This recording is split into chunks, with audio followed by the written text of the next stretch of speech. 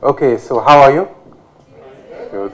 Thank you very much for coming to listen to me tonight. The light is very strong in my face, so I can't see you, so I pretend I'm seeing people standing in front of me.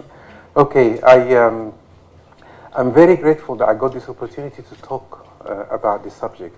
I'm talking about a mystery that puzzled me all my life, and I found a way to let it unfold and found answers to it after many years of struggle. The mystery I'm going to talk about is this, something very simple. How we intend to do things and then what we actually do. You see what I mean? Like, have you ever decided to do something and say, I'm going to do this, and then when a situation arises, did something different? Is that familiar? How many of you have been in a situation that have an argument with someone or your boss, relationship, friend, and then you really want to do something but didn't say anything at all? Is that familiar?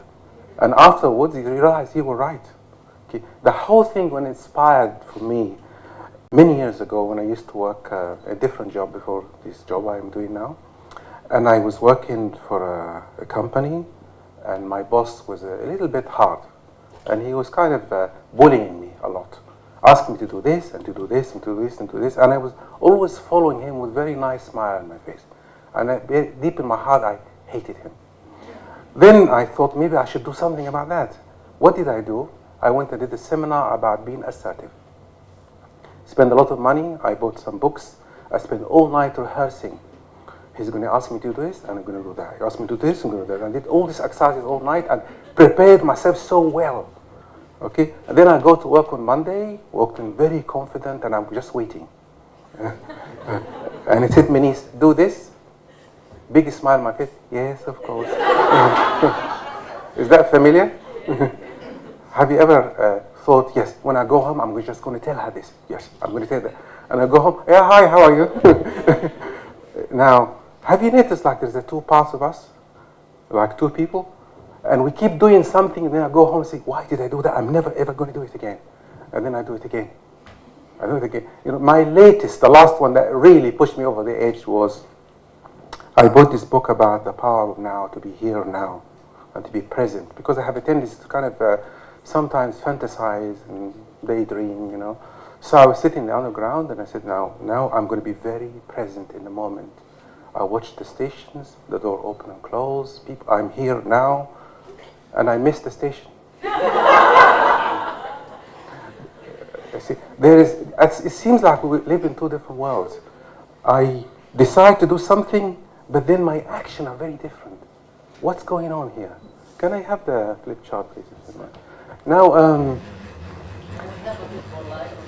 yes, one of my most inspiring people who put this in perspective to me is someone called Dr. Bruce Lipton. He's a neuroscientist. He said that our consciousness, I think this is probably the small one. Okay. Do you have the other one? Other marker? Where is it? Oh, new technology. Okay. Okay. Our consciousness, 95% of our consciousness, almost 99% is unconscious, or subconscious rather, and 1% is conscious. That means I have many dreams, I want to do this, I want to do this, I want to do this, and then when the time comes, all my subconscious comes along and act for me. Is that familiar to you? Have you ever woken up one day and said, okay, I'm actually I decided to be slim. I am going to go on a diet for 2 weeks. From tomorrow morning, I'm going to wake up in the morning, I'm going to go for a run, I'm going to go to work, come early, I'm going to go to the gym and do 2 aerobic classes, and I'm really, this time I'm going to really do it. This is the conscious part that knows your dreams, your vision, your creativity, everything you want. I do this every New Year's Eve, my New Year's Eve resolution, you see. And before the summer, because I want to look fit and healthy, you see. So what happens after I make these decisions? Actually, I say, actually, for 2 weeks, I'm not going to eat anything. Just orange juice. I can do it. This time, I can do it. Then, of course, I set the alarm to 6 o'clock in the morning. Alarm goes off, and I start my exercises with my eyelids. And then I find myself in front of the fridge, of course, eating. What happened? I live in two different worlds. Now, 99% of our conscious is subconscious, and one is conscious. Now I'm talking to you now, a lot of information, you listen very carefully. When you go out, something else will happen.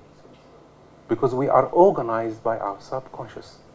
Now, where is this information in the subconscious come from? This is the big question that we need to answer. Now, from the age of 0 to 6, we are absorbing information all the time from our family, relationship, friends, our world, our culture, everything around us. From 0 to 6, we do not have the ability to debate whether the information is correct or not. So we're downloading information in our system. And as we grow up, this information organizes us. So we can't help it. We are like programmed. We are downloading a lot of programs. Now I wanted to look even deeper to it and say how actually we programmed in this information. And I found the most beautiful, amazing insights through working with people, through working with myself, and through research in this area. And some of the things I'm going to share with you are quite incredible in how we actually have a character. We live in a world that's different than who we want to be and who we really are, which is very critical. When I discovered these things about me, that I live in two different worlds, guess what the first thing I decided to do? I decided to teach people how to be themselves, of course.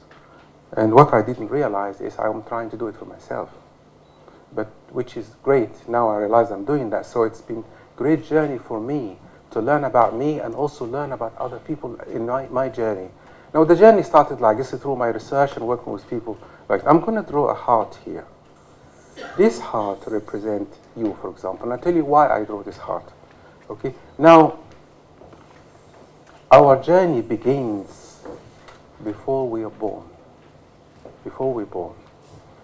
I draw a heart here for a reason. I learned, of course, through my work that the first thing that formed in our world is our heart first, before anything else, which is very interesting. This is a metaphor in itself. Now, the first stages of becoming conscious is after 6 months before we were born, inside our mother, when we just become 6 months inside. Now, the introduction to our world, guess where? Which is inside our mother womb. It's the introduction to our world. Now, if we happen to be born, be inside a mother who having struggles in her life, emotional difficulties, pain, depression, then this world is not safe for us. We begin to feel unsafe even before we are created. Can you imagine that? If the mother is having a bad relationship with her husband and she's affected by it, this information is already going into us before we are created. In the past, people used to think, actually, we come in this world clean state, there's nothing wrong with us, and we learn behaviors. Actually, we are already predisposed to some behaviors before we actually were born. Now, after we're born, the first 2 years, and this is when it gets very, very critical, and I found incredible insights that I came across. The first 2 years of life, there are parts of our brain have not been formed entirely, completely. The first 2 years, there are places in the brain that is responsible for memory. Okay. Today, if somebody upset you or hurt you or challenge you, you will get a chance to talk about it. And tomorrow, you're going to put it into the yesterday and say that happened to me before. And you may say, okay, fine, maybe this person is upset, maybe you're angry, maybe there's something wrong with them, and you can try to recover from it. For example, if you're stuck in a traffic jam and you're had a very bad time, and then you can say to some friends, you talk about, you begin to process it and put it in your past. This part of the brain is not formed in the first 2 years. So when a child have an experience, here's an experience of fear, rejection, not being loved, the child does not understand this experience at all.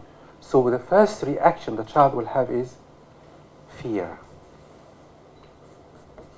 Fear is a reaction to the painful experience, and the child does not understand it. Now, the part of the brain that puts things in the past, it completes it and say, this happened to me in the past. But the child does not know it's in the past because the brain is not able to process it. So it did not make sense of it. The only chance for us when we're very young at this stage is to actually react by fear, because this is the only thing that we know at this stage. As we grow older over the years, we're beginning to develop a way to hide or block our fear. How do we hide and block our fear? By a protection. We create a protection. So what I found over the years is this. The stronger the painful experience in childhood, the stronger the fear, the stronger the protection. What does the protection look like? If you are under stress, you smile too much. People help too much. People compromise too much. I'm smiling to my boss. This is the protection, so I don't get hurt, you see. All these processes are not conscious. They're very, very fast. Now, the experience that we had that we did not like, we did not understand is over, is finished. But the reaction still remains. You see what I mean? Reaction to it remains. So really, we react to something that is not there anymore. That's why it's very difficult to fix it. Now, there was a beautiful story written about, after the First World War, Japanese had a lot of soldiers in many islands. You probably read it in a book. And over the years, when the war was over, the Japanese drew all the soldiers from different islands, okay? And they forgot one. So there are some soldiers in one island, they still thought the war was going on. And then what happens is this. Every time tourists land on the island, Japanese soldiers attack them. And they discovered that these people living in the past thinking the war is still going on. It is like us. When we are triggered by some events in the past, we react. How many times you heard the expression, somebody pushed my button? This is it, you see. Now, people who have trauma in their life when they are older, they have the same experience in this, because that part of the brain shuts down when we are in trauma. If someone got raped or pushed or in a war or accident, then you heard the term flashback. The flashback is people remember the event as if it's still happening now. Inside of us, there is no sense of time. So when we are older, if we're in a situation that's slightly frightening, that reminds us of early experience, you feel like somebody going to reject you or something, you go there very, very protected. Basically, we live in a reaction. React. How many times certain people make you react in certain ways, or certain situations make you react in certain ways, and then after you go home, you say, why did I do that? So there's no sense of time, as if it's happened yesterday. The reason it's like this is because this part of the brain did not put it in the past. It's still alive with you until today. And this way, many teachings call it different names. Some people call it the limiting character, protective character, strategy for living, strategy for survivals, and many people live in there and they don't even know they're living there. Now, all these things are memory, but they call it an implicit memory. Implicit memory means it's a hidden memory and we don't know it's a memory. And that's what the biggest struggle people have when they try to change themselves. And over the years, when this strategy repeated so much, we begin to identify ourselves with that. We think this is who we are, but this is not who you are. Who you are is this. Everybody here can do so many things in their lives, but we identify with this one. How many times when you speak to people, you say to your friends, you know, I'm always the kind of person who's shy and I can't do that, I can't do that, I can't do that. This is the protection you have. Okay? We are not consciously aware of this protection we walk in the world with. I want to offer you a different perspective about this for a moment, how this is actually operate. If we can just put the slides for a moment. Yeah. You can leave it there for a moment. Okay. Let me show you a model that's very interesting. Okay. Early experience, which I refer to in my model here. Imagine, say, a family together, couple, have a child, and the child had a bad experience in childhood, or one of the parents left, or parents had an argument. The child begins to carry this unconscious belief that there's something wrong with them. Maybe they're not good, maybe people don't like them, maybe something happening around them. Now here is the most fascinating the things that happen to us. If I carry a belief, guess what I do in my life? I go out there and I find a way to confirm my beliefs. Let me give you an example. How many of you tried to buy a car of a certain shape or size or color, and you kept seeing it everywhere? Anybody did that? Because we actually focus on what we want to see. So I have noticed when people are have a vulnerability in an issue, it keeps materialized everywhere around them. People who are afraid of rejection end up in rejection situations. And people attract to them what they are afraid of, you see. Now, next one is very interesting even. When you have these triggering events around you, you find them everywhere. This is what they call in psychology an attention bias, because your attention on something you find in everywhere. Next one is automatic negative thoughts. See if this relates to you. Have you ever said to yourself one day, this always happened to me? Is that familiar? You know, have you ever been in a supermarket, and you go in a supermarket, and you stand in the long queue, and you look at the other queue, it's going faster. And you say, oh my God, I always stand in the long queue, and you run to the other queue, and this one starts going faster. And you go back there, here, and this one starts going faster. And you say, it's always happened to me, you see. And then you say, good, I'm going to stay here. And when you reach to the till, it stops working. And when I arrive abroad to any country and stand in immigration, everybody's going faster but mine. And if I go there, something goes wrong here. Okay. Now, it's always happening to me. How many times in relationship, they always leave me? Of course. They always go away. I always love them first, and when I love them, they go away from me. Now, you don't use buses here very much because I think everybody with cars. But in England, when I go and wait in the bus stop, all the buses comes except mine. Yeah. A second day, I'm going somewhere else, different bus. All the other ones come except this one. And it's always happening to me. Now, this is our automatic negative thoughts we keep saying to ourselves. Is that familiar? Yeah? Now, then what happens next is, when you have these automatic negative thoughts, it affects your energy, your body, your feelings, and even actions. How many of you have gone to a party, and you said to yourself, I don't know anybody here.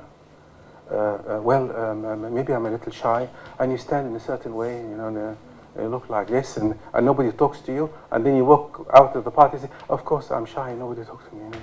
Yeah? And then you produce the results that confirms your beliefs about yourself. And this is a vicious cycle. You are caught in it, and it gets stronger and stronger and stronger all the time. Now, let me tell you something about the power of talking to yourself. You want to practice something? Look at your fingers and say, fingers come together. Keep repeating. Fingers come together. Fingers come together. Fingers come together. Fingers come together. Fingers come together. Fingers come together. Fingers come together. Fingers come together. Keep saying it. Fingers come together. What happens? Look at the power of your automatic negative thoughts. Your body follows you everywhere. It's quite amazing if you can see that. Now, when you produce these results here, you confirm your beliefs about yourself. Can you see? So what do we do about all this? What is the answer? Now I gave you the problem. What is the answer? Be in the present. Okay. Now, we have a lot of research and we know about our problems. Very few people give us the answer. Very few people. Now, I selected the previous video for a very good reason. Now, would you be able in life to observe your automatic negative thoughts? Would you be able to be okay with you when you make mistakes? Something fascinating I found about human beings, and me in particular, of course. When I make a mistake, I say it is wrong, it is bad, you shouldn't have done that. But we all do that. When is the moment we can come and stop and say, okay, I am doing this. I'm vulnerable, like the other lady said. I'm vulnerable. This is what I'm doing. How much compassion we have for ourselves when we make mistakes. This is one of the keys of success. Can we observe ourselves when we are saying these kind of things? If anybody asks you to change, it will be impossible to change, because what we repeated over the years for many, many years, repeated, has become brain connections. It's very difficult to change. You know about the Pavlov studies of the dogs, and yes? Okay. Pavlov was the master of introducing the idea for us, but when we repeat something long enough, it is very difficult to change it. But we need to re-educate ourselves and observe ourselves all the time when we are saying things like this to ourselves with enough loving to ourselves that we can be okay even when we're vulnerable, when having problems and struggle. When I work with people, of course, now I am talking in words, and it's very difficult through the words to get into the feelings that we carried for many years. So when I work with people in seminars and courses, we get into this work and find what we say to ourselves and how can we correct that. One of the things that I always say to people when I end courses or they ask me about loving ourselves, what does it mean? What does it mean to love ourselves? What does it mean? I've been reading many books, everybody saying, love yourself, love yourself, love yourself. And I think it's putting us under a huge amount of pressure to love ourselves. We don't know how. Do you know how? Do you know how? It's impossible to love ourselves. How can I do that? How can I read the books and love myself? Do I look in the mirror and say, Menis, I love you? Then I realized one day, actually, the only way to love me is to observe myself when I don't like myself. To observe myself when I'm judging myself. To observe myself when I say, you're not good enough. Then this is the process of beginning to be okay with myself. Would be a great challenge for all of us to live with ourselves, to live with me when I'm making mistakes, to live with me when I do something wrong, to live with me when I'm not good. And this is the way to begin to conquer all these limitations within ourselves. One thing I didn't mention earlier about the heart and which I want to finish with. The way we learn to protect ourselves in the world is very similar to the way our parents learn to protect themselves. Because we are very, very similar to our parents. We have already learned from things how the world look like. They introduce us to the world. If you won't upset anybody, you tell them just like your father, just like your mother. And they fight to death for that. It is true, consciously, they are not like their parents, but subconsciously they are. And the difference between the two things, we live in a struggle because the conscious part of it has many goals, dreams. I want to do this, I want to do that, I want to do that. But because the majority of the programs we carry inside ourselves work in the other direction. So we only have one way to go, is to be conscious of what we do. Conscious and have so much love and compassion for ourselves every time we repeat that. Until the time comes when we'll be able to be at peace with who we are. If anybody here hoping that you'll change, you will not change. But the change happens when you be able to live with you as you are. And I think this is probably the end of what I'm going to say. Thank you for listening. Thank you.